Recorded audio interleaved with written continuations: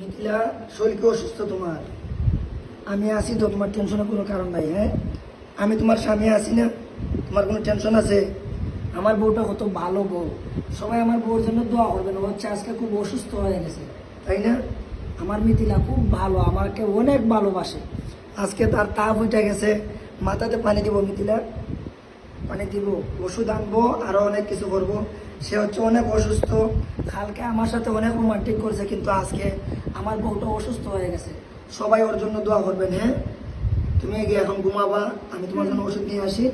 সে হচ্ছে অনেক অসুস্থ, সবাই ভিডিওটা শেয়ার করবেন, আমার বউয়ের জন্য দোয়া করবেন, তাই না মিথিলা? ঠিক আছে।